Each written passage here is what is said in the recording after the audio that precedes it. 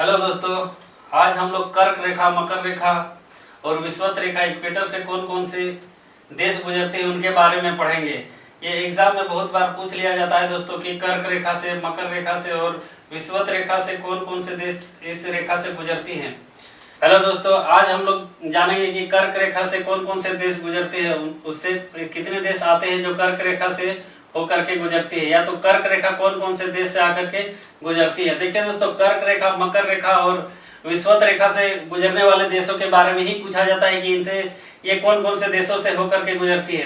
देखिए दोस्तों, पृथ्वी का वो हिस्सा जो वो रेखा जो पृथ्वी के दो भागों में बांट देती है दोस्तों, उत्तरी गोलार्ध और दक्षिणी गोलार्ध में, उसको विषुवत रेखा बोलते हैं दोस्तों। इक्वेटर मतलब 2 इक्वल भागों में, ये पूरा पृथ्वी को 2 भागों में बांट देता है दोस्तों इक्वेटर।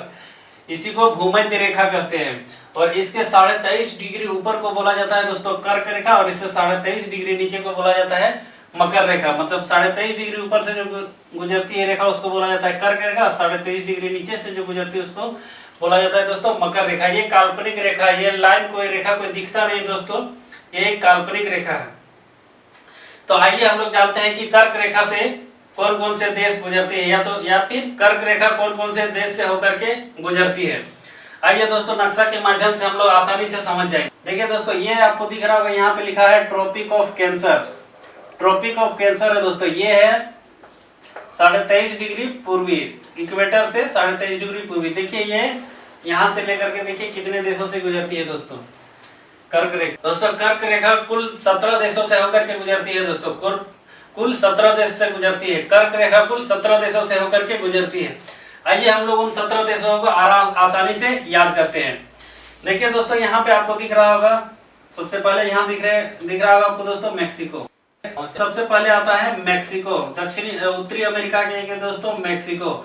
उसके बाद देखिए दोस्तों, ये यहाँ से गुजरती है। मैक्सिको के बाद यहाँ पे एक दोस्तों देश है बहामास। यहाँ पे कौन सा दोस्तों देश है? बहामास, क्यूबा के ऊपर में बहामास। तो मैक्सिको और बहामास, उत्तरी अमेरिका में 2 देश आते हैं दोस्तों, मैक्सिको और बहामास। उसके बाद आप आ जाइए दोस्तों अफ्रीका में। देखिए उसके बाद सहारा, मारिटोनिया, माली, पश्चिमी सहारा, मारिटोनिया, माली। उसके बाद देखिए दोस्तों, यहाँ आपको दिख रहा होगा अल्जीरिया। अल्जीरिया के बाद देखिए नाइजर का थोड़ा सा हिस्सा आता है दोस्तों, नाइजर का एकदम ऊपरी भाग आता है नाइजर। उसके बाद लीबिया, इजिप्ट को बोला जाता है दोस्तों मिस्र। इजिप्ट को हिंदी में बोला जाता है मिस्र। खाली ऊपर देखिए दोस्तों, पश्चिमी सहारा, मारिटोनिया, माली, पश्चिमी Sahara, Mauritania, Mali, Algeria, niger, Libya, मिस्र, अल्जीरिया, नाइजर, लीबिया, मिस्र। देखिए एक बार दोहराइए, आपको याद हो जाएगा पूरी तरह। देखिए पश्चिमी Sahara, Mauritania, Mali, Algeria, niger, Libya, मिस्र। उसके बाद देखिए दोस्तों, आपको दिख रहा होगा यहाँ पे सऊदी अरब, ओमान और UAE. Saudi Arab, UAE, Oman का हल्का हिस्सा आता है दोस्तों ओमान। देखिए सऊदी अरब, यूएई, ओमान। देखिए दोस्तों, सऊदी अरब, यूएई, ओमान। उसके बाद भारत, बांग्लादेश, म्यांमार, चाइना।